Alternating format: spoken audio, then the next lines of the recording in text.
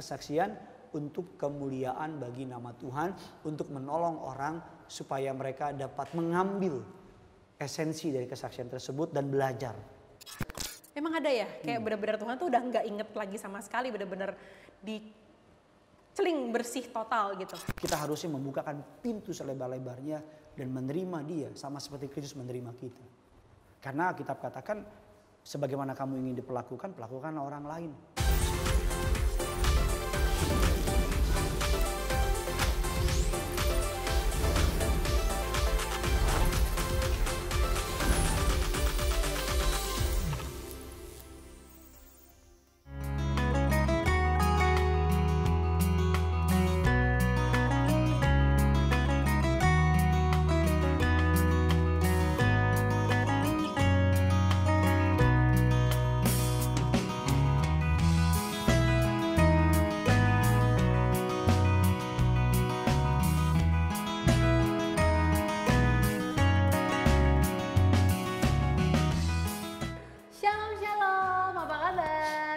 Semuanya dimanapun berada kalian hari ini, kami berdoa agar teman-teman semua yang menyaksikan dalam kasih anugerah damai cerita sukacita dari kerajaan surga pastinya. Welcome back to Way Out, kembali lagi bersama saya Amanda Zevanya dan suami saya tercinta Pendeta Gideon Simanjuntak. Yang hari ini kita akan seperti episode-episode sebelumnya yang akan menjawab pertanyaan teman-teman, yang akan ngobrol, diskusi mengenai satu topik yang akan kita bawain di Way Out dan tentunya juga menjawab pertanyaan dari teman-teman yang sudah masuk kepada teman-teman kita di live channel. Mantap. Jadi topik kita hari ini apa, Bib? Ini hostnya siapa ya? Hari ini kita akan membahas bagaimana supaya si doi kembali kepada dirimu. Jangan dong, nanti udah pada berharap-harap ternyata bukan itu temanya. Jangan. Move on ya? Apa? Move on woi. Nah bicara soal move on, tapi berhubungan nih ternyata. Oh gitu ya? Iya, ternyata berhubungan loh sama tema kita kali ini. Tema kita di episode kali ini adalah bersaksi tentang dosa masa lalu. Waduh, bukan bersaksi tentang hubungan dengan mantan masa lalu. Gak usah itu mah. Gak usah ya. Tapi siapa tahu ada yang bisa jadi kesaksian juga bagus loh. Oke. Bisa juga loh, makanya kan aku bilang jadi kita nih ada beberapa pemirsa yang udah mulai menangis mengingat masa lalunya. Mungkin muncul satu nama di kepala mereka. Oh oke. Mungkin kok dia nggak pernah WA aku lagi ya. Oke. Well, jadi topik kita adalah minum dulu deh. Bersaksi tentang dosa masa lalu itu bijak nggak sih gitu. Okay. Nah mungkin kita buka dengan ini kali ya. Sebenarnya kalau menurut kamu sendiri, Beb, sebagai seorang pendeta, dosa masa lalu tuh apa sih? Ada nggak sih konteksnya di Alkitab dosa masa lalu? Dosa masa lalu adalah sebuah pelanggaran, kesalahan yang terjadi ketika kita belum benar-benar mengalami perjumpaan dengan Tuhan. Aku mau bilangnya gini ya, bukan berarti gini, ada banyak orang Kristen, tetapi sungguhnya mereka nggak pernah mengalami perjumpaan sama Tuhan. Okay. Jadi mereka hanya sekedar Kristen karena agama warisan, karena ikut-ikutan. Jadi hanya melakukan kebiasaan agamawi aja. Okay, tapi ritual, secara ritual itu secara pribadi nggak pernah ngalamin encounter with Jesus. Nggak pernah, makanya aku selalu bilang gini, ada kelahiran pertama, ada kelahiran kedua. Kelahiran kedua disebut dengan istilah lahir baru, newborn. Nah ada banyak orang walaupun dari kecil dia Kristen, bahkan dia mungkin udah pernah dibaptis, tetapi masih dosa jalan, gereja juga gereja buat apa-apa semuanya tapi yang lain tuh tetap gitu. Jadi beriringan dosa dan ke gereja tetap jalan. Nah dalam satu titik mereka mengalami perjumpaan dengan Tuhan. Mereka nggak nyaman lagi sama dosa dan mereka mau mengikuti Tuhan dengan segenap hidup mereka. Itu yang bagi saya kehidupan sebelum mereka mengalami perjumpaan dengan Tuhan. Kehidupan sebelum mereka mengalami encounter with Jesus. Seperti itu sih. Kalau di Alkitab tuh ada siapa nggak gitu yang misalnya before afternya gitu misalnya? Ya contohnya yang paling jelas before afternya ya si Zakheus. Okay. Ketika dia sebelum ketemu Yesus kan dia itu udah orang Yahudi. Dia udah mengikuti aturan-aturan Yahudi. Walaupun dia sebagai kepala pemungut cukai, tapi ketika dia mengalami perjumpaan dengan Tuhan, all of a sudden hidupnya totally change. 180 derajat, berubah. Ya kan? Bukan jadi kesatria baja hitam, tapi berubah jadi pribadi yang jauh lebih baik ya kan. Itu satu. Contoh lagi perempuan yang tertangkap basah berzina oleh Tuhan kan. Alkitab katakan semenjak dia ketemu dengan Tuhan, semenjak pengampunan itu menjumpai dia, semenjak kasih Allah menjumpai dia, Alkitab katakan perempuan itu berubah mengikuti Yesus. Satu yang paling jelas juga mungkin Paulus kali ya. Oh, ya. Paulus. Kita tuh aku jadi host, kamu jadi wah ini ya. Ini benar Paulus dia tadi namanya Saulus benci banget sama kekristenan, jalan kebenaran. Dia bunuh-bunuhin orang bunuh-bunuhin. Tapi ketika dia mengalami perjumpaan dalam sebuah perjalanan di Damsyik, Alkitab katakan dia berubah menjadi orang yang penuh dengan kasih. Mungkin Paulus jadi contoh yang paling ultimate ya. Iya, paling ultimate ya untuk bicara soal dosa masa lalu, karena kan seperti tema kita hari ini juga bersaksi tentang dosa masa lalu. Kan Paulus juga dalam surat-suratnya juga suka membahas soal apa yang dia lakukan sebelum dia mengalami perjumpaan dengan Yesus ya. Tapi mungkin itu kita pastinya bakal kita kupas lebih dalam lagi karena episode ini kita baru buka. Kita baru di awal-awal, kita bakal bahas lebih dalam lagi. Cuma ada satu yang lucu nih, Beb. Ada pertanyaan dari pemirsa WA lucu banget nih. Adik aku belum lama ini mengaku bahwa dia pernah mencuri mangga dari tetangga. Terus dia tanya ke aku, apakah dosa seperti ini termasuk ke dalam dosa masa lalu? Aku bingung mau jawabnya gimana. Tapi jadi penasaran juga deh, apa aja sih yang termasuk ke dalam dosa masa lalu? Apakah mesti yang kesannya ekstrim-ekstrim gitu kayak Paulus bunuh-bunuhin orang percaya, Zakeus malakin orang. Malakin. Ini bahasanya bahasa anak STM ya, palak ya kan. Malakin orang atau kayak tadi perempuan berzina.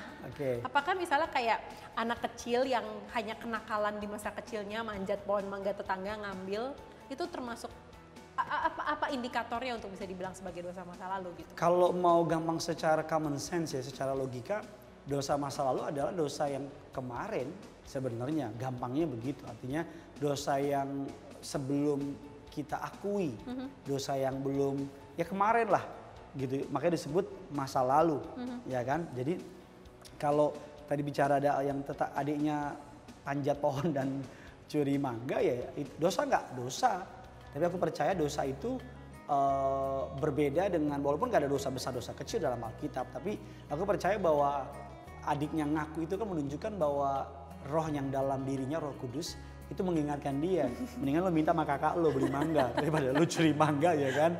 Ya kan gak lucu. Karena dia curi mangga, terus dia mohon maaf misalnya jatuh dan kenapa-napa, ya kan? Jadi bagi aku adalah apapun yang terjadi di masa lalu, ya kita beresin sama Tuhan. Kita minta ampun sama Tuhan. Yang terjadi di masa lalu apapun itu, besar dan kecil, kalau dimunculin oleh Roh Kudus, minta ampun. Tapi seberapa penting sih, Beb, kalau minta ampun sama dosa udah pasti lah ya, udah undebatable lah, udah nggak perlu diperdebatkan. Tapi seberapa penting sih kita bersaksi tentang dosa masa lalu gitu? Aku sih lebih memilih bukan bersaksi tentang dosa masa lalu, tapi aku lebih memilih untuk bersaksi tentang kehidupan kita before ketemu Yesus dengan after ketemu Yesus. Makanya aku selalu bilang orang yang bertemu sebelum bertemu Yesus dengan sesudah ketemu Yesus pasti berbeda. Tadi kamu bilang Saulus jadi Paulus, Zakeus jadi orang yang mengasihi Tuhan, para murid-murid Yesus menjadi orang yang dahsyat dan luar biasa.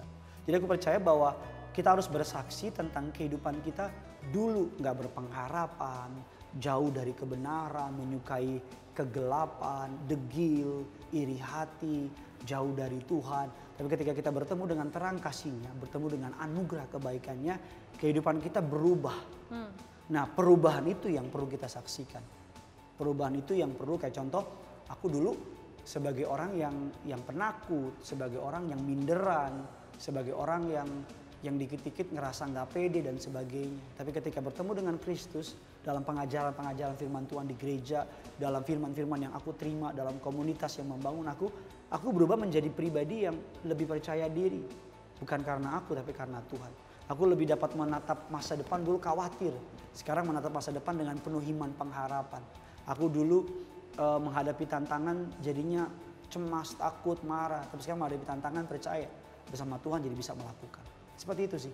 Gimana caranya kita menyampaikan kesaksian itu gitu? Gimana cara kita menyampaikan pemilihan momennya atau pemilihan kata-katanya? Kadang kan kalau misalnya kita mau istilahnya kan kita bersaksi tentang dosa masa lalu, tentang pengalaman Garek di masa lalu kan kita kayak ngorek-ngorek sesuatu lagi dalam diri kita kan, yang mungkin membuat gak nyaman, baik kitanya juga secara pribadi gak nyaman menceritakannya, atau mungkin takutnya orang lain juga gak nyaman buat mendengarnya gitu. Jadi gimana sih cara penyampaiannya yang pasti segala sesuatu dilakukan untuk kemuliaan Tuhan. Contoh misalnya ada orang yang pernah terlibat dengan minuman keras dan dia bersaksi di komunitas yang sedang bermasalah dengan adiktif minuman keras, dan dia tahu bahwa kesaksian ini bisa menguatkan saudara seiman. Bagi aku itu momen yang tepat. Atau orang yang pernah terlibat oleh narkoba, dia tahu, dia bersaksi di teman-teman orang yang punya masalah sama narkoba. Atau contoh, aku punya isu sama dengan yang namanya keluarga, punya isu dengan yang namanya orang tua, punya isu dulu dengan yang namanya papa, karena lahir dari keluarga yang punya masalah rumah tangga, broken home. Jadi aku bersaksi bahwa dulu tuh saya begini kepada mereka anak-anak muda yang punya isu yang sama-sama aku. Aku mau bilang sama mereka bahwa sama seperti Tuhan tolong aku, sama seperti Tuhan bela aku, Tuhan pulihin aku, Tuhan yang sama yang bela, tolong, pulihin aku, dapat bela, pulihin dan tolong kamu. Amen. Jadi tujuannya kesaksian dipakai bukan untuk memamerkan bahwa, wih gue dulu pernah begini jadi begini. No. Tapi kesaksian dipakai untuk memamerkan tentang apa yang Tuhan sudah lakukan. Kuasa yang bekerja di dalam kita. Untuk bertujuan menolong orang. Supaya mereka bisa keluar dari lubang itu. Supaya mereka bisa mendapatkan inspirasi, kekuatan. Dia bisa, gue juga bisa. Jadi tujuan kesaksian akan kesalahan, pelanggaran di masa lalu. Yang pertama adalah mengingatkan bahwa Yesus mampu. Yesus sanggup, dia dapat mengubah masa lalu kita menjadi masa depan yang penuh pengharapan. Dan yang ketiga, untuk menolong orang-orang yang sedang mengalami masa yang suka. Seperti itu sih. Bukan untuk boasting, pamer dan sebagainya. Nah, ini karena kamu udah menyebutkan keywordnya. Nah, padahal mah nggak nyebutnya juga ditanya itu pasti. Tapi ya itulah. Ini nih, ada pertanyaan dari pemirsa Way Out nih. Pertanyaannya gini. Temanku pernah cerita tentang dosa masa lalunya ke aku, tapi kesaksiannya terkesan gak tulus dan justru malah membanggakan dosa di masa lalunya. Apakah itu termasuk bersaksi atau malah pamer? Contohnya gini, ada teman-teman bilang, wah tongkrongan dulu gua pernah minum mabok 5 botol. Oh gua apalagi, gua 7 botol. Ya kan? Gua apalagi, gua 1 pabrik sampai botol-botolnya gua minum misalnya ya. Nah jadi agak bilang karena aku udah bilang kan, tujuan kesaksian dosa masa lalu bukan untuk mengglorifikasi dosanya. Tapi untuk mengglorifikasi apa yang Tuhan lakukan sama orang berdosanya. Bagaimana Tuhan menolong orang berdosa itu keluar dari lubang dosa itu. Dan menjadi pribadi yang baru. Bagaimana kasihnya, anugerahnya, kesabarannya, kebaikannya mengubah hidup kita. Nah jadi kalau ada orang bersaksi, dulu saya tukang pukul. Itu Tanah Abang, semua Tanah Abang. Tanah Abang. Iya, sip, mantap. Oke, mantap. Ini orang Batak berarti itu ya. Oke, itu semua kalau dulu berantem gak ada yang, semua tahu nama saya. Tapi dari cerita kesaksiannya, dia menceritakan betapa hebatnya dia, betapa jagonya dia, betapa premannya dia dan sebagainya. Gak ada pun tempat untuk Yesus dimuliakan. Harusnya kita menceritakan dosa masa lalu kita dengan perasaan malu bahwa dulu kita pernah melakukan dosa. Dan sekaligus dengan perasaan bangga dan dikasihi. Karena kita orang berdosa diselamatkan oleh kasih-Nya Tuhan. Kamu menatap aku dengan gitu sih. Kamu menunggu menanti yang lainnya. Terus. Ya seperti itu. Jadi kita tadi balik ke konteks yang kamu bilang. Dia bersaksi kesannya nggak tulus. Ya lagi-lagi kesaksian untuk kemuliaan bagi nama Tuhan. Untuk menolong orang supaya mereka dapat mengambil esensi dari kesaksian tersebut dan belajar. Bukan untuk mengglorifikasi dosa masa lalu. Tapi gini Beb, kadang ada tuh ya orang-orang yang dia tujuannya benar, baik nih buat jadi berkat, buat menyaksikan bagaimana Tuhan yang penuh kasih, mengubah hidupnya, mengampuni dia, memulihkan dia gitu. Tapi akhirnya dia malah dapat penghakiman dari orang-orang di sekitarnya gitu, malah jadi dapat judgement, malah jadi dapat label, malah jadi dapat stigma dari orang-orang. Dan mungkin juga ada orang-orang yang ada dapat responnya malah jadi nggak dipercaya, malah jadi kredibilitasnya malah jadi diragukan gitu. How do we respond to that? Yang pertama untuk bersaksi adalah kita butuh tuntunan Roh Kudus. Kita nggak bisa ketemu orang, gue mau bersaksi gitu kan. Jadi artinya Itu aneh banget. aneh banget kan.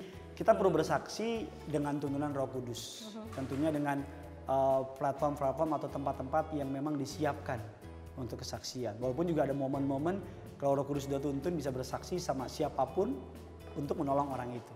Tapi aku selalu bilang gini, kalau memang Tuhan udah gerakin kita untuk bersaksi dan beberapa orang memandang buruk kesaksian itu, it's okay. Aku bangga banget kalau dalam pelayanan aku, kalau Roh Kudus gerakan dan momennya tepat, aku menceritakan siapa Gideon dulu. Biar orang jemaat yang mendengar khotbah itu tahu bahwa Gideon itu sama seperti manusia, sama seperti jemaat yang duduk di bangku itu. Bahkan aku pernah bilang dulu, bangku yang sudah duduk itu di sebuah cabang gereja kita melayani, itu adalah bangku dulu saya duduk jadi jemaat. Dengan tujuan apa? Supaya mereka tahu bahwa aku tuh hanya manusia biasa yang disertai oleh Allah yang luar biasa. Dan Allah yang luar biasa itu bergerak di dalam aku, memakai aku, mengubahkan aku dan terus menyempurnakan karya dalam diri aku. Tujuannya apa? Biar mereka tahu bahwa pendeta yang di mimbar itu adalah pendeta yang ditolong oleh Tuhan, diselamatin oleh Tuhan, dipulihkan oleh Tuhan. Supaya jemaat tahu bahwa mereka pun juga bisa dipulihin. Mereka bisa ditolong dan mereka bisa diselamatkan. Tujuannya menjadi inspirasi. Tujuannya biar membawa orang mengalami kasih Kristus. Oke, aku paham sampai situ. Aku tahu nih pasti satu jawaban menunggu pada pertanyaan berikutnya. Gini. Kan kalau firman Tuhan bilang kan walau dosamu merah bakain kesumba, engkau menjadikan putih seperti bulu domba, itu kan kayak kesannya kan apa ya, kayak ada kain kotor terus kita masukin ke dalam pemutih terus celing nodanya nggak ada lagi gitu kan. Itu kan pemandangan di mata Tuhan ketika kita menerima pengampunan, bahkan dibilang sejauh timur dari barat engkau membuang dosaku, nggak kau ingat lagi pelanggaranku. Jadi kayak istilahnya itu kayak Tuhan, kalau aku boleh gambarin secara visual versi aku sendiri, kayak Tuhan aku kan dulu gini-gini, Tuhan tuh kayak yang mana ya? Yes. Emang ada ya? Kayak benar-benar Tuhan tuh udah nggak inget lagi sama sekali, benar-benar diceling bersih total gitu. Cuman kan dari kacamata manusia nggak bisa kayak gitu kan. Kayak misalnya ada seseorang tahu nih, kayak misalnya let's say kita ambil contoh Paulus deh gitu. Paulus di pemandangan Tuhan udah putih bersih dosanya, walaupun kayak dulu dia tukang ngejar-ngejar orang percaya, terus dibunuh-bunuhin, dia benci banget dan lain-lain, penuh kebencian, ngebunuh dan lain-lain. Tapi ketika dia mengalami perjumpaan dengan Yesus dan dia menjadi rasul, bahkan ya mungkin di kepalaku nih kayak di Tuhan tuh mandang dia tuh udah putih bersih gitu. Tapi kan kita sebagai manusia masih kayak tuh orang kan dulu suka bunuh orang tahu. Maksudnya tuh tetap ada, kita kacamata manusia kan nggak bisa memandang seperti Yesus memandang dia yang benar-benar merah terus keluar jadi putih bersih gitu. Pasti tetap ada, dia tuh dulu begini, dia tuh dulu begini. Nah, bagaimana sebagai kita orang yang pengen bersaksi itu, yang pengen menceritakan kebaikan Tuhan, tapi kita tahu gitu bahwa kita pernah hidup dalam perbuatan A, B, C, D, E, dan orang-orang di sekitar kita juga tahu, they know who we were gitu. Mereka tahu kita ini dulunya siapa. Jadi gimana kita menyikapi hal itu? Paulus pun ketika dia pertama kali muncul, mengalami perjumpaan dengan Tuhan, mengalami beberapa bilang kebutaan dan sebagainya. Ketika dia harus berjumpa dengan beberapa para pengikut Yesus, beberapa dari mereka ketakutan sama Paulus. Beberapa dari mereka ragu sama pertobatan Paulus. Mereka berpikir jangan-jangan Paulus nanti cuma sekedar pura-pura dan tiba-tiba nangkep kita semua. Iya, ngumpulin, atau Jadi aku percaya gini, bahwa yang pertama ketika kita bersaksi untuk kemuliaan nama Tuhan dan memang digerakkan oleh Roh Kudus, it's okay. Kalaupun orang meragukan, makanya aku bilang biar kesaksian kita menjadi buah yang matang dan biar orang bisa merasakan buah tersebut. Tuhan bukan hanya meminta kita bertumbuh, tapi Tuhan meminta kita untuk berbuah. Kalau bertumbuh untuk kepentingan diri kita sendiri, tapi kalau berbuah untuk orang lain juga. Jadi biarkan. Kalau misalnya dulu kita punya masa lalu kelam, aku selalu bilang dalam khotbahku, semua orang suci punya masa lalu, semua orang jahat punya masa depan. Artinya apa? Bahwa biarin, kalaupun kita dulu pernah memulai dengan salah, Mari kita mengakhiri dengan benar. Dan orang yang sudah memulai dengan benar, jangan sombong diri dulu. Kita harus berjuang untuk mengakhiri dengan benar. Karena Allah tidak melihat awal kata Alkitab, tapi Allah melihat akhir. Bukan awal nggak penting, tapi Tuhan mau kita setia sampai akhir. Dalam kitab Galatia mengatakan, bukankah kamu begitu bodoh memulai dengan roh, mengakhiri dengan daging. Jadi artinya untuk mereka yang bersaksi kehidupan mereka dulu yang hancur berantakan dan sekarang menjadi indah dan mulia, Alkitab katakan menjadi sebuah metamorfosis.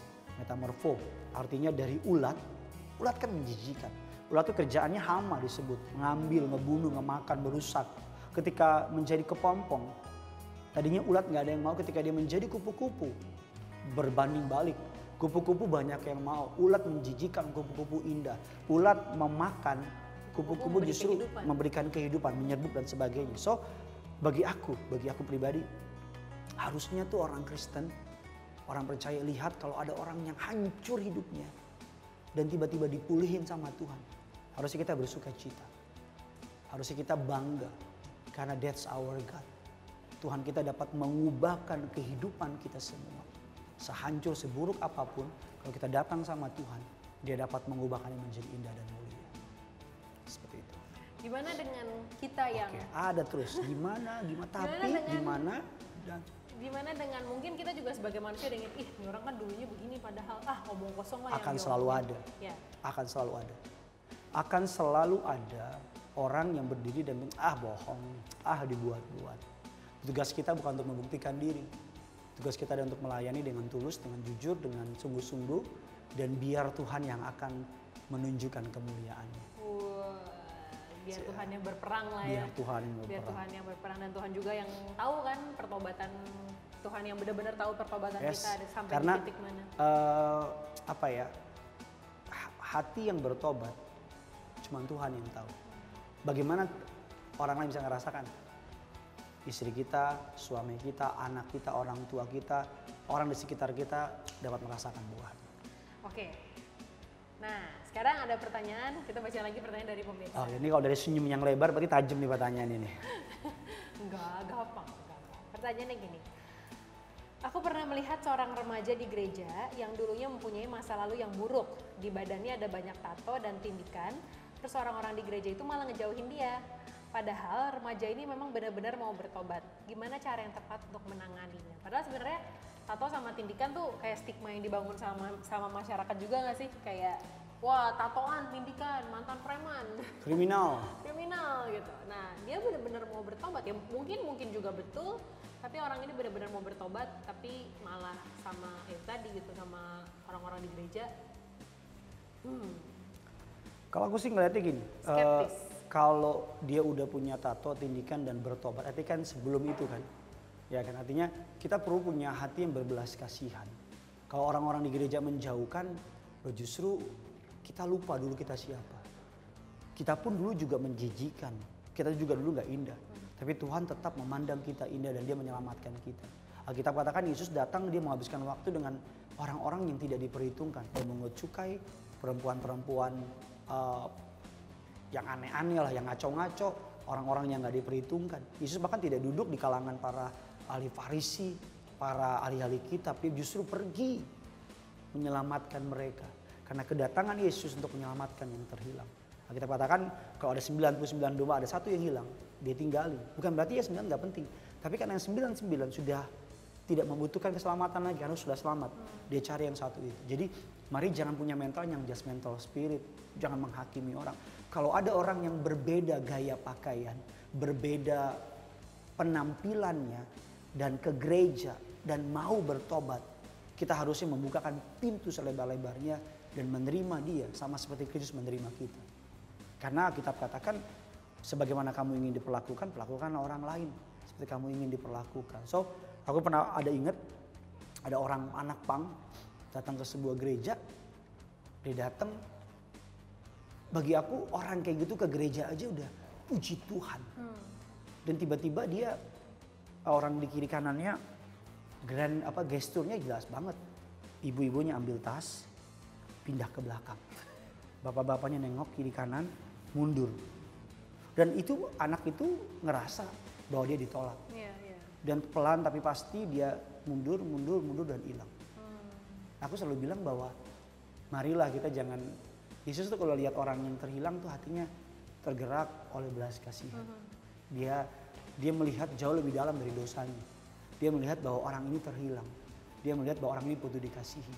Jadi kalau lihat ada orang-orang yang terhilang, orang tato, orang tindikan, perempuan nakal dan sebagainya datang ke gereja, mari kita datang mengasihi mereka. Sama seperti Yesus tergerak oleh belas kasihan, biar kita tergerak oleh belas kasihan untuk menolong mereka. Dan maksudnya orang-orang kayak gitu puji Tuhan masih mau ke gereja ya kan? Betul. Puji Tuhan mau ke gereja daripada nggak sadar-sadar, nggak gereja-gereja. Suatu hari ada orang gereja datang ke kumpulan gereja, terus tiba-tiba sekedar cerita aja ya, ilustrasi, dia minum minumannya jatuh, terus editornya marah-marah, nggak punya mata lu, jatuh nih kertas-kertas, rapat segala macem, maaf, nggak ada maaf. Dia sedih, dia pergi ke bar, di bar dia lagi minum, tiba-tiba minumannya jatuh, dia bilang maaf, terus petugas bar, enggak saya yang salah, enggak saya yang salah, it's okay, nggak apa-apa, saya ganti ya. Dan mulai hari itu dia memutuskan bahwa lebih baik di bar daripada di gereja. Walaupun ini ilustrasi yang salah, tapi poinnya adalah orang dunia kadang-kadang lebih punya belas kasihan daripada orang yang di gereja. Itu maksudnya. Kadang-kadang juga banyak orang-orang yang bilang, orang-orang di gereja jauh kayak misalnya saing-saingan atau apa, lebih kejam kadang-kadang daripada orang. Yang lebih sedih lagi orang-orang di gereja hipokrit dibilang, munafik dan sebagainya, kan ngeri banget.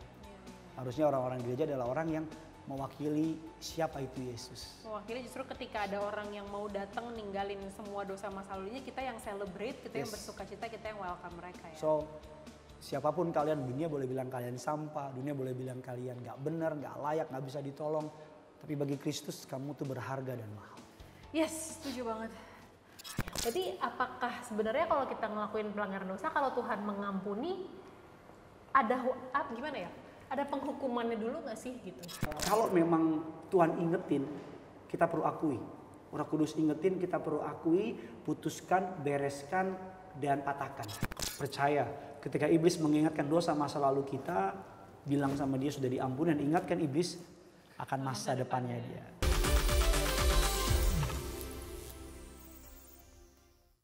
Sebelum kita lanjut ngobrol-ngobrol soal bersaksi tentang dosa di masa lalu, aku mau ngingetin juga sama pemirsa semua, kalau misalkan kalian punya ide untuk kita bawain tema yang pengen kita bawain di episode selanjutnya, atau juga ada pergumulan atau ada pertanyaan atau pengen curhat aja deh pokoknya gitu, biar didengerin aja, teman-teman boleh hubungin teman-teman live channel di bawah sini. Nanti akan ada teman-teman live channel yang akan melayani kalian semua. Oke, kita mau lanjut ngobrol nih soal bersaksi tentang dosa di masa lalu. Nah, ada satu contoh juga nih Pip, yang juga selain Paulus yang cukup ultimate juga soal pelanggarannya di masa lalu dan kemudian dia bertobat minta ampun sama Tuhan, yaitu soal Daud, Raja Daud. Raja Daud, dan itu yang paling terkenal kisahnya adalah Daud dan Batsheba. Aku bacain ya. Oke. Biar teman-teman semua juga kita sama-sama buka Alkitab, yuk kita sama-sama buka Alkitab. Kita buka dari 2 Samuel 11 ayat 1 sampai 27. Oke. Nanti gantian gimana? Bacain separuh-separuh boleh. Kita baca ya. Ini gereja ya. Kita baca ya. Pada pergantian tahun, pada waktu raja-raja biasanya maju berperang, maka Daud menyuruh Yoab maju beserta orang-orangnya dan seluruh orang Israel.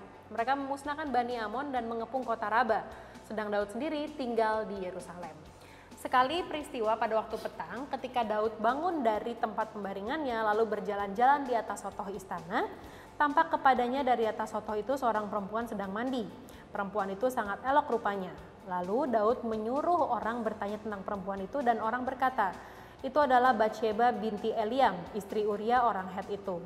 Sesudah itu Daud menyuruh orang mengambil dia. Perempuan itu datang kepadanya lalu Daud tidur dengan dia. Perempuan itu baru selesai membersihkan diri dari kenajisannya. Kemudian pulanglah perempuan itu ke rumahnya. Lalu mengandunglah perempuan itu dan disuruhnya orang memberitahukan kepada Daud demikian, aku mengandung. Lalu Daud menyuruh orang kepada Yoab mengatakan, suruhlah Uria orang Het itu datang kepadaku. Maka Yoab menyuruh Uria menghadap Daud. Ketika Uria masuk menghadap dia, bertanyalah Daud tentang keadaan Yoab dan tentara dan keadaan perang. Kemudian berkatalah Daud kepada Uria, "Pergilah ke rumahmu dan basuhlah kakimu." Ketika Uria keluar dari istana, maka orang menyusul dia dengan membawa hadiah raja. Tetapi Uria membaringkan diri di depan pintu istana bersama-sama hamba tuannya dan tidak pergi ke rumahnya. Diberitahukan kepada Daud demikian, Uria tidak pergi ke rumahnya. Lalu berkatalah Daud kepada Uria, "Bukankah engkau baru pulang dari perjalanan? Mengapa engkau tidak pergi ke rumahmu?" Tapi Uria berkata kepada Daud, "Tabut serta orang Israel dan orang Yehuda diam dalam pondok. Juga tuanku Yoab dan hamba-hamba tuanku sendiri berkemah di padang. Masakan aku pulang ke rumahku untuk makan minum dan tidur dengan istriku? Demi hidupmu dan demi nyawamu, aku takkan melakukan hal itu." Kata Daud kepada Uria, "Tinggallah hari ini di sini, besok aku akan melepas engkau pergi." Jadi Uria tinggal di Yerusalem pada hari itu. Keesokan harinya, Daud memanggil dia untuk makan dan minum dengan dia. Dan Daud membuatnya mabuk. Pada waktu malam, keluarlah Uria untuk berbaring tidur di tempat tidurnya bersama-sama hamba tuannya. Ia tidak pergi ke rumahnya. Paginya, Daud menulis surat kepada Yoab dan mengirimkannya dengan perantaran Uria. Ditulisnya dalam surat itu demikian, "Tempatkanlah Uria di barisan paling depan dalam pertempuran yang paling hebat. Kemudian kamu mengundurkan diri daripadanya supaya ia terbunuh mati." Pada waktu Yoab mengepung kota Raba, ia menyuruh Uria pergi ke tempat yang diketahuinya ada lawan gagah perkasa. Ketika orang-orang kota itu keluar menyerang dan berang melawan Yoab, maka gugurlah beberapa orang dari tentara dari anak buah Daud, juga Uria orang Het itu mati. Kemudian Yoab menyuruh orang memberitahukan kepada Daud jalannya pertempuran itu. Ia memerintahkan kepada suruhan itu demikian, "Jika engkau sudah selesai mengabarkan jalannya pertempuran itu kepada raja, dan jikalau raja menjadi geram dan berkata kepadamu, 'Mengapa kamu demikian dekat ke kota itu untuk berperang?' Tidakkah kamu tahu bahwa orang-orang akan memanah dari atas tembok? Siapakah yang menewaskan Abimelek bin Yerubesed? Bukankah seorang perempuan yang menimpakan batu kilangan kepadanya dari atas tembok sehingga ia mati di Tebes? Mengapa demikian kamu dekat ke tembok itu? Maka haruslah engkau berkata, juga hambamu Uria orang Het itu sudah mati."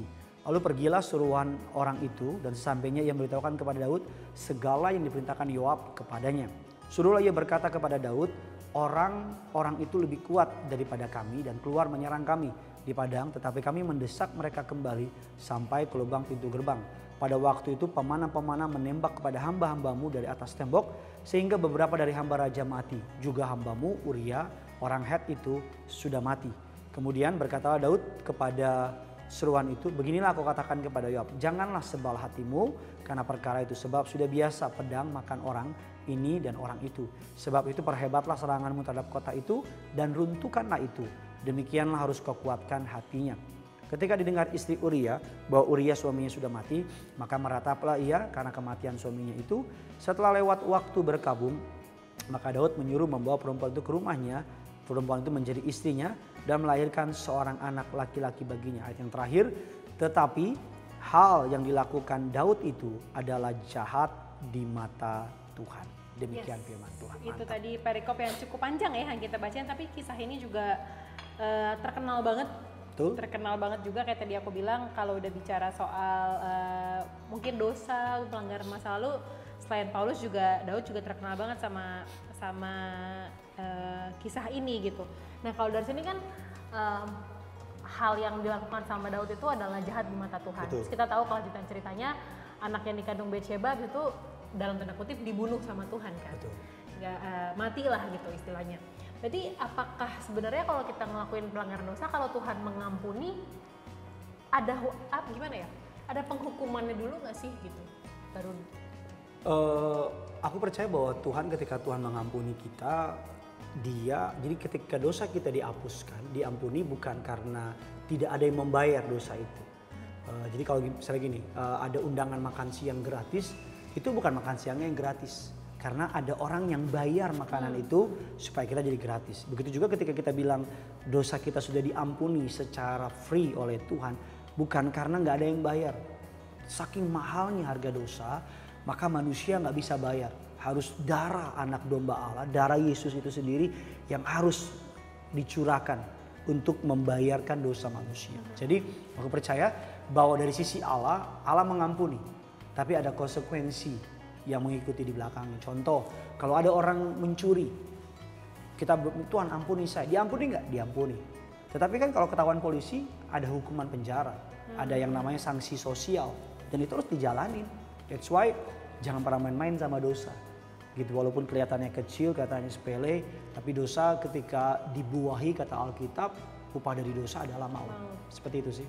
Nah, sekarang gimana dengan pertanyaan dari pemirsa yang satu ini nih, Beb? Pertanyaannya gini, Pastor mau tanya deh, kalau manusia berbuat dosa dan akhirnya ketahuan, apakah itu termasuk cara Tuhan menegur agar manusia menjadi alatnya untuk bersaksi atas dosa masa lalu? Aku percaya bahwa sebelum Tuhan menegur kita, biasanya Tuhan tuh maha kasih. Dia panjang sabar dan penuh kasih setia kata Alkitab. Alkitab mengatakan bahwa sebelum Tuhan negur kita secara langsung dengan ketahuan, biasanya tuh Tuhan tuh udah ngomong melalui beberapa stage. Ada hint-hintnya gitu ya? Dia nggak pernah langsung memberitahukan dosa kita. Biasanya dia itu melakukan contoh, dia tegur melalui hati nurani.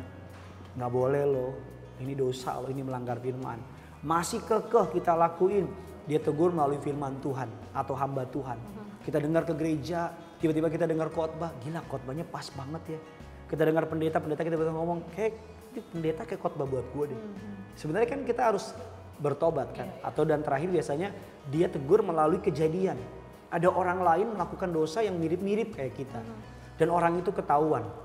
Misalnya kalau kita bekerja dalam bidang keuangan, kita masukin keuangan, ditegur hati nurani, masih lanjut, dengar firman bilang jangan, masih lanjut, dengar pendeta ngomong jangan, padahal nggak ngomong sama kita, ngomong di khotbah, masih lanjut, dan tiba-tiba teman kita ketahuan ngambil uang dan sebagainya, dibongkar. Nah itu sebenarnya itu biasanya final final warning biasanya. Dan kalau masih nggak bertobat juga, apa yang dilakukan di dalam gelap, Allah akan nyatakan dalam terang. Jadi sebelum Allah mengizinkan kita dalam tanda kutip dipermalukan, biasanya Allah tuh selalu ada stage-stage-nya, tahap-tahap. Seperti itu sih. Oke. Ada lagi nih, pertanyaannya nyambung pasti sama ada yang lagi. tadi. Pasti tidak mungkin tidak ada lagi. Pertanyaannya nyambung sama yang tadi. Pertanyaannya gini, Pastor, aku pernah dengar dari salah satu khotbah dari salah satu pendeta yang berkata bahwa dosa di masa lalu jika tidak dimintakan pengampunan akan menjadi dosa yang turun-temurun. Apakah itu memang benar adanya atau hanya mitos? Referensi dari Matius 18:18. Di Matius 18 ayat 18 bilang begini. Ikatlah apa yang kamu ikat itu. Iya, aku berkata kepadamu sesungguhnya apa yang kamu ikat di dunia ini akan terikat di sorga, dan apa yang kamu lepaskan di dunia akan terlepas di sorga. Jadi kalau nggak minta pengampunan, apakah itu akan jadi dosa turun-temurun? Mungkin kayak misalnya balik lagi ke konteksnya Daud dan Batsyeba tadi, anaknya jadinya mati gitu. Jadinya konsekuensi dalam mungkin konsekuensinya ditanggung sama anaknya gitu, anaknya jadi mati ya, walaupun abis itu Daud juga berkabung dan lain segala macamnya gitu. Aku percaya ada dalam istilah kekristenan ada istilah dosa turunan, aku percaya itu. Contohnya ada dosa 3-4 keturunan, dosa 7-8 sampai dosa 10 keturunan, dosa anak haram, dosa penumpahan darah dan sebagainya itu turunan. Aku percaya bahwa ketika bayi lahir, walaupun secara common sense kita manusia, bayi masih suci, masih murni. Sebenarnya secara teologi atau secara kekristenan, bayi tersebut sedang mewarisi dosa turunan, yaitu dosa siapa? Adam dan Hawa. Ketika Adam dan Hawa memberontak kepada Tuhan, maka semua manusia dan seluruh keturunannya itu mengalami dosa. Mereka contoh, kalau papa saya orang Batak, pasti turunannya orang Batak. Itu turunan seperti itu kan. Nah, ketika Yesus datang ke dunia, mati di kayu salib, maka kutuk itu diputuskan. Oke. Nah, begitu juga dengan dosa turunan. Aku percaya bahwa setiap dosa, kalau memang Tuhan ingetin, kita perlu akui. Roh Kudus ingetin, kita perlu akui, putuskan, bereskan, dan patahkan. Tapi bagaimana kalau saya nggak tahu? Cukup bilang, Tuhan ketika diterima Yesus kan, segala dosa, pelanggaran, kesalahanku, aku sengaja atau nggak sengaja, yang aku tahu atau aku nggak tahu, aku percaya Tuhan Yesus sudah menyelesaikan di kayu salib. Jadi aku percaya bahwa kalau kita tahu ada dosa, kita beresin. Contoh kita kalau mau konseling pernikahan, kalau konseling pernikahan orang lain, kita selalu tanya kan, pernah, bukan kepo sih, tapi mengasihi mereka, pernah buat sesuatu nggak sama pasangannya? Atau dulu sama pacarnya pernah buat apa? Kalau dulu sama pacarnya sebelum nikah sama yang ini pernah melakukan hubungan suami istri padahal belum diberkati dalam pernikahan, putusin. Misalnya contohnya, ini sangat praktikal ya, aku putusin misalnya si A, sebut saja namanya yang paling ngetren Mawar. Ya kan? Maaf ya untuk semua nama Mawar di luar sana. Mawar melatiku semuanya merah kan. Aku patahin hubungan karena kita kan pernah bilang dalam episode sebelumnya, kalau kita tidur dengan orang lain di luar pernikahan, itu perkawinan roh. Rohnya ikut nempel seperti itu. Nah, patahin. Jadi that's why kita percaya sebelum pernikahan kita harus patahin tuh. Kan ada orang tuh yang udah menikah, tapi kalau ketemu sama mantannya karena pernah tidur bareng, jadi tiba-tiba tuh ingatan kita punya tubuh tuh nginget, bisa terkenal muscle memory. Tubuh tuh nginget. Jadi ketika lihat dia langsung tuh pernah ngapain aja, bahkan cium bau parfumnya aja tuh udah membangkitkan memori, gairah dan sebagainya. Makanya aku percaya bahwa kita perlu patahin. Itu banyak anak-anak muda, ngomong kosong lah, mitos, nggak ada lah. Percayalah bahwa kita udah banyak melayani orang dan memang it is what it is. Itu adanya, jadi dan perlu dipatahin. Bicara soal dosa keturunan mungkin juga ini kali ya, kalau misalnya itu kan tadi kan yang kau bahas adalah kalau kitanya pernah ngelakuin sesuatu kan. Aku teringat aku pernah baca sebuah buku, terus dia cerita dia nih korban dosa turunan, jadi dosanya itu dari orang tuanya. Jadi ketika dia mau menikah, dia yang memutuskan itu berhenti di dia, bahwa dia bilang dia minta ampun atas dosa orang tuanya yang A, B, C, D, E, abusive dan lain-lain segala macamnya, dan dia mau putusin berhenti di dia karena dia masuk dalam pernikahan supaya nggak bawa lagi ke bawahnya, kayak gitu ya. Ada juga rumah tangga yang anaknya, keluarganya, papa mamanya itu dukun. Oh wow. Padahal dia udah bertobat, padahal dia sudah di gereja, dukun. Tapi sebelum menikah, ketika dia dibaptis dia putusin. Aku putusin. Jikalau dulu papaku pernah kasih minuman, papaku pernah tumpang tangan, pernah doain apa, putusin, aku patahin. Kenapa?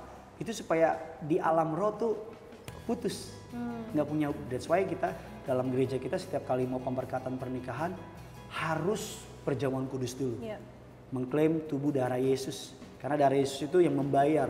Jadi ketika masuk dalam pernikahan udah dibungkus oleh darah Yesus, sehingga iblis nggak bisa lagi berdiri, nggak ada dasar untuk mendakwa.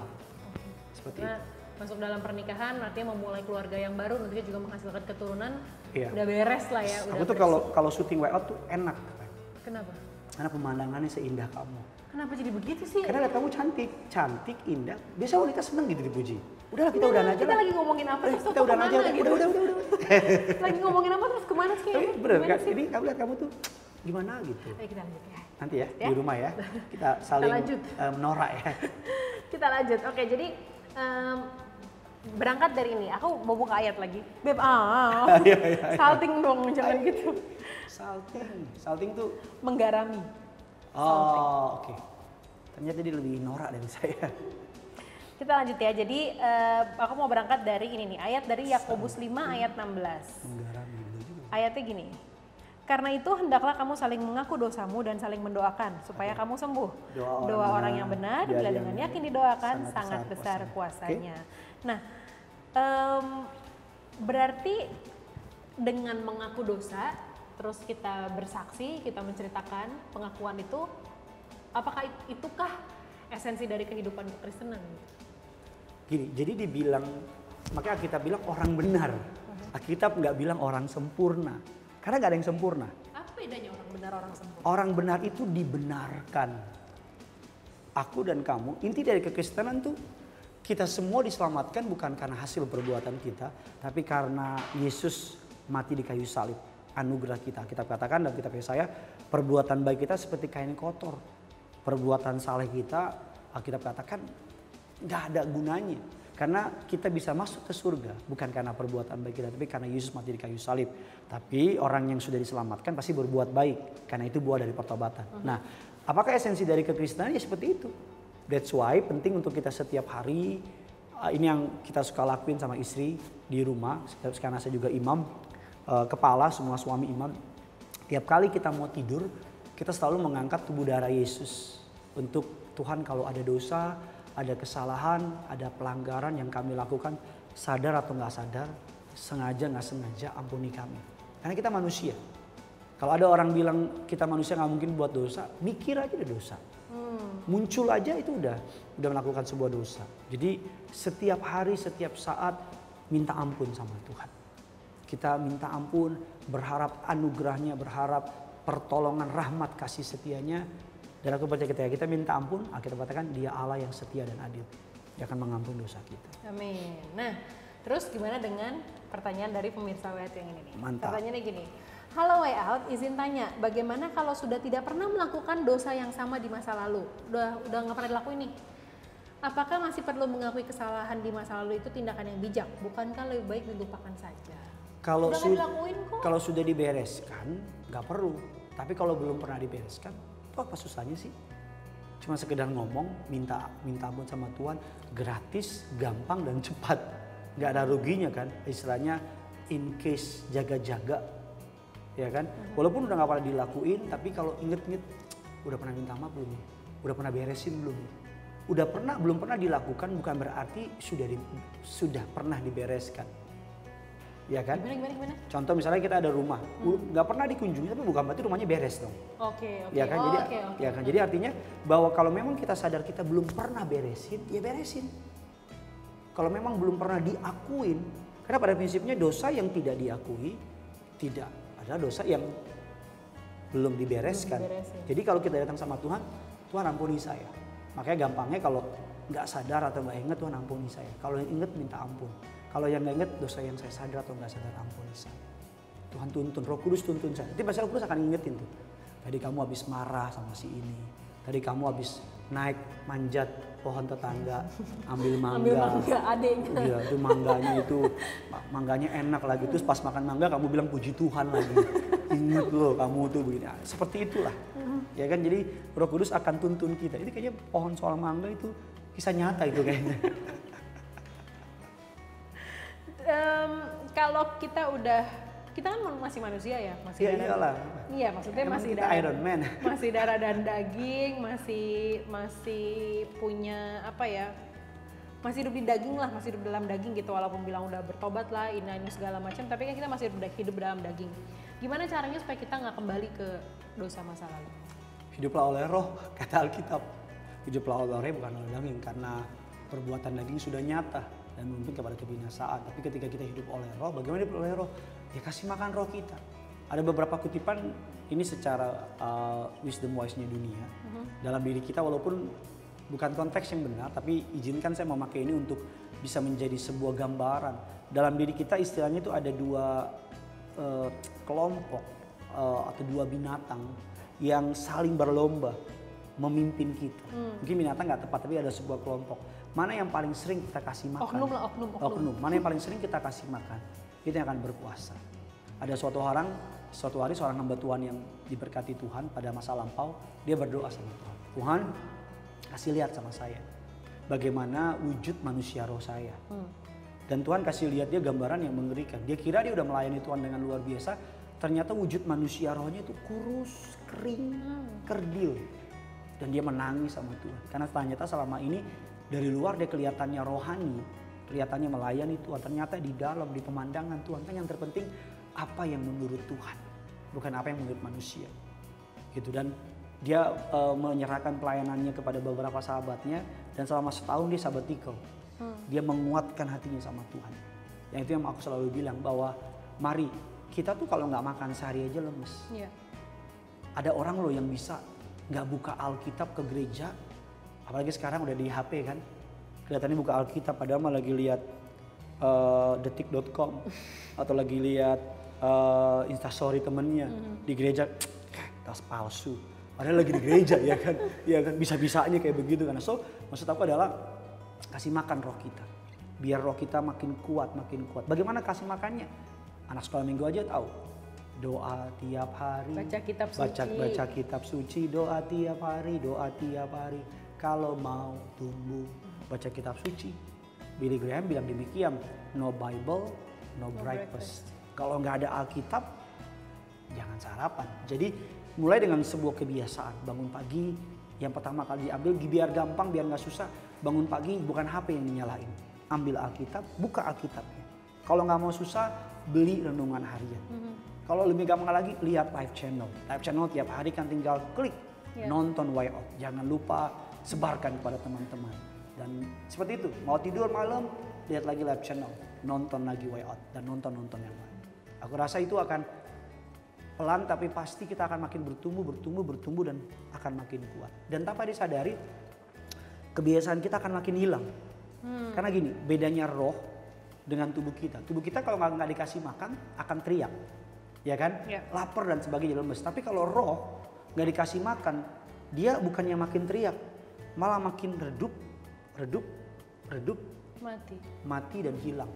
Dan soalnya banyak orang bisa berbuat dosa, tapi feel okay. Karena udah apa ya istilahnya? Udah gak ada yang ngomong di dalam, udah dipendem, dia udah nggak ngomong lagi karena nggak pernah dikasih makan, nggak pernah dikasih space. Seperti itu sih. Oke, sebagai pertanyaan penutup nih Beb. Aku seneng nih kalau penutup nih. Ini bukan hanya jemaat yang senang sebagai penutup. Saya pun juga senang sebagai penutup. Sebagai pertanyaan penutupnya gini. Aku bacain dari pemirsa WA ya. Pertanyaannya gini. Pastor, apakah ada cara yang efektif untuk meminta pengampunan atas dosa masa lalu supaya seseorang merasa terampuni atas kesalahannya dan biar berdamai dengan masa lalu? Jadi supaya dianya sendiri juga udah nggak terkondem lagi, dia sendiri udah nggak terintimidasi lagi, dan dia sendiri sudah bisa berdamai dengan dirinya yang di masa lalu. Yang pertama adalah datang sebagaimana dirimu apa adanya. Akui semua pelanggaranmu, gak usah belagak kuat, gak usah belagak hebat, gak usah malu. After all dia Bapa kita di surga. Akui semua pelanggaran kita, akui jujur ngomong apa adanya. Setelah akui, yang kedua minta karya keselamatan Yesus di atas kayu salib. Karya keselamatan Yesus masih berlaku sampai sekarang, bahkan sampai selama-lamanya. Bilang, Tuhan, aku letakkan semua dosa. Kata kitab Galatia, semua surat pendakwaan, yaitu dosa kita, telah dipakukan di salib Kristus. Artinya, Tuhan, aku percaya di atas kayu salib, minta darah Yesus. Kamu tadi kutip ayat bilang bahwa sekalipun dosamu merah seperti kain besi, aku akan memutihkannya seperti salju, menjadi putih, menjadi minta karya keselamatan Tuhan. Darah Yesus basuh aku, sucikan aku, kuduskan aku. Dan setelah akui, setelah minta pengampunan, habis itu tolak intimidasi. Percaya ketika iblis mengingatkan dosa masa lalu kita, bilang sama dia sudah diampuni, dan ingatkan iblis akan masa depannya dia. Seperti itu sih sayangku. Oke. Kita sudahi pembicaraan kita di WA episode kali ini. Tos dulu. Halo. Jangan gitu dong. Oke. Thank you banget tuh ya. Ini isu-isunya sangat menarik, up to date dan relevan. Dekat ya, betul, relevan, dekat juga sama kehidupan kontemporer kita. kalau bahasa kerennya. Kehidupan kita anak-anak muda juga. Dan by the way kita mau ngucapin terima kasih banyak buat Cantung Restoran. Cantung Restoran. Di restoran ini teman-teman pemirsa letaknya ada di daerah Pasar Baru, Jakarta Pusat. New Mart. Ya benar juga Oke, sih. New Mart ya. Oke, boleh juga. Juga sih hari ini ya, biar kayaknya di mana gitu ya. Di Pasar Baru. Thank you so much Cantung Restoran udah membukakan tempat buat way out, bisa syuting hari ini dan menikmati hidangannya yang juga enak-enak banget. Mantap. Hauce. Dan terima kasih juga sama pemirsa yang udah menyaksikan Way Out. Mudah-mudahan bisa menjawab pertanyaan kalian, menjawab pergumulan kalian, dan juga bisa menjadi saluran berkat buat teman-teman yang nonton. Sampai ketemu dalam Way Out episode selanjutnya. Kita berdua pamit. Bye-bye. God bless you. Terus lagi. Halo.